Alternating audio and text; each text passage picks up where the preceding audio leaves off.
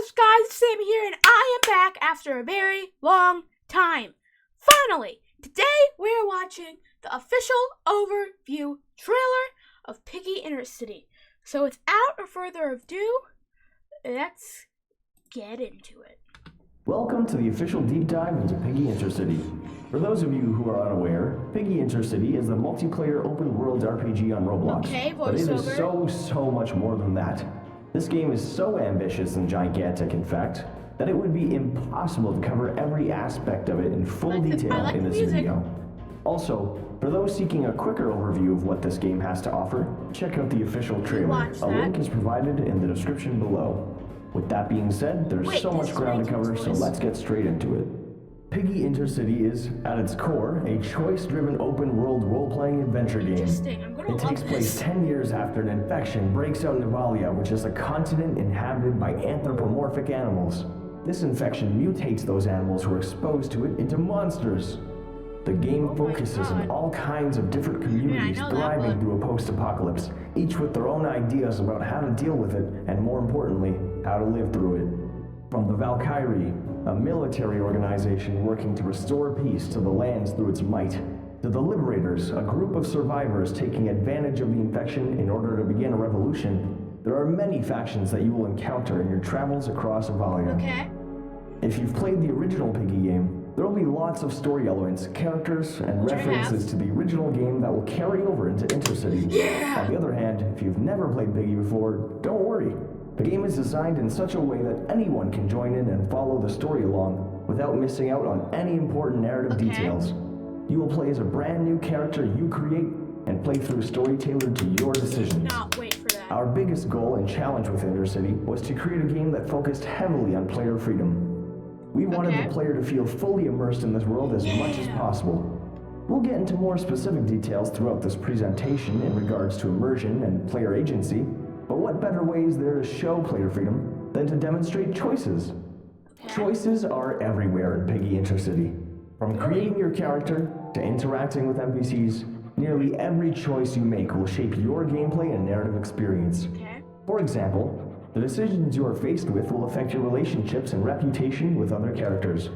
You can be rude or kind to them, you can learn from them, you can share information with them, you can bargain with them, and in some cases, you can even decide their fates. Be careful though, as most of your decisions in-game are permanent and cannot be reversed. Be cautious and aware of what you do. Your reputation with other NPCs can affect numerous things.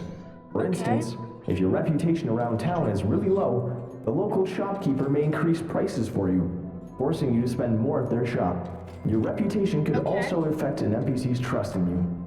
Remember, what goes around comes around, and your actions can have serious consequences. Now, let's say another player decides to become enemies with a settlement that you happen to be friends with, and they eliminate the townsfolk. You might think, oh great, now I can't finish any quests or shop there anymore. Well, worry not. Our solution to this dilemma was to ensure that every player has their own quote-unquote world, so important NPCs that another player may have attacked and or defeated may be completely unharmed in your world. But didn't I say this game was multiplayer? Why yes, yes I did. You are able to explore, trade, and interact with other players in your server, and even fight common enemies together such as bandits and the infected. Moreover, if you want to experience the story together with friends, you can still do that too. You can invite your friends into your party and into your world to help take on quests, watch cutscenes, and make important decisions together. Your friends will pause progress on their current save file when joining your party, and temporarily be brought into your save file with all their items still with them. Do keep in mind though that the more friends you have in your party, the more dangerous your enemies will become. Avalia has become a hostile place over the years. Once a peaceful continent where animals work together for prosperity, now a war-torn battlefield littered with dangerous threats of all kinds. You will encounter various types of the infected. There are common infected who are weak alone but stronger in numbers, fast infected who use their speed to subdue their foes, tank infected who can take a beating and are hard hitters, and more, with additional variants to be added in the future. The infected aren't your only threat, however, as no good survivors we like to call bandits will stop at nothing to take you out using all kinds of weapons. Of course, You'll be encountering more than just enemies and communities while you explore Evalia. You'll find an abundance of crates containing valuable items to help you out, from consumables such as food, water, and medical supplies, to weapons, clothing, and even armor. And in order to make exploration feel more immersive, absolutely nothing will be locked behind a paywall or level barrier. If you can see a location, you can travel there, even at level 1. Is it recommended? Probably not, since enemies can be tougher in some locations. But who are we to stop you? This world is ours just as much as it is yours, so you are free to go wherever you please. With that being said, you are still able to gain experience points as you progress through the game and level up. Instead of keeping content locked behind a certain level, we instead opted to use experience points to represent your character's literal experience in surviving this world. When you level up, you will gain an attribute point which can be spent towards one of 9 attribute upgrades for your character. Some examples are upgrading your health, your hunger, your thirst, your accuracy, how much you can carry, and even the maximum size of your base, which we'll get to later. Again, your choices here are important, as you won't be able to max out all of your level attributes. So, choose what is most important to you and your character. So many choices to make and things to do. Thankfully, there are a few ways for you to unwind from the reality of living through an outbreak. You'll be able to encounter some establishments which offer mini-games for you to play, such as golf and bowling. They offer different levels of difficulty and will provide you with different rewards depending on how you score. There are plenty more mini-games in the works and coming in the future, so stay tuned. If you keep an eye out, I'm sure you'll be able to find hints to upcoming ones across the mainland. All that stuff aside, you know what would be cool? Well, imagine if you could start your own base. Good news for you, you don't need to imagine it because we've already made it a possibility. You'll be able to claim an empty plot of land to place your base at. From there, you'll be able to gather materials and build your own settlement. Once beds are placed, settlers will show up to your base asking to live and work there. They have all kinds of different personalities and skill sets. Their skills will tell you what jobs they are capable of doing and how well they can do them.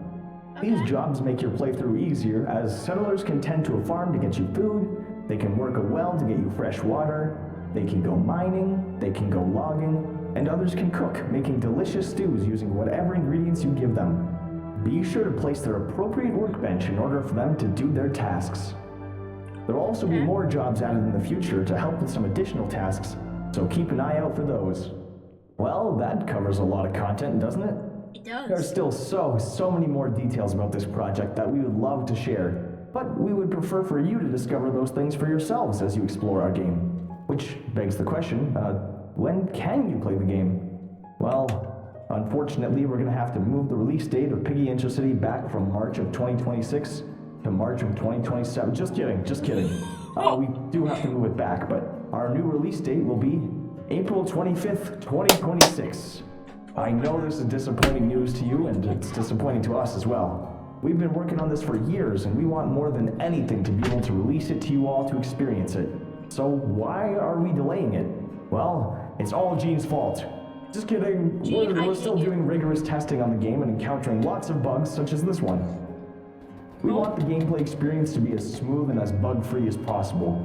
For us, it is much more important to have a game that is immersive and runs as well as possible as opposed to releasing something rushed and broken that you'd all wish for us to delay it anyway.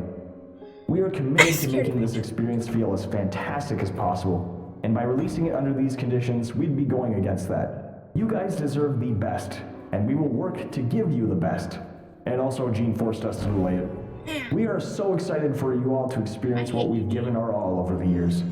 It has been an excruciatingly long journey, and I cannot be any more thankful to have you all here.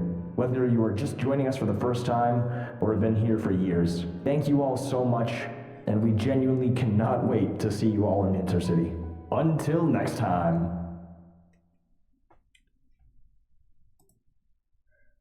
Well, that was the end of this video. If you enjoyed, make sure to like, subscribe, do all that stuff, and I'll talk to you guys sometime in April. Until then, goodbye.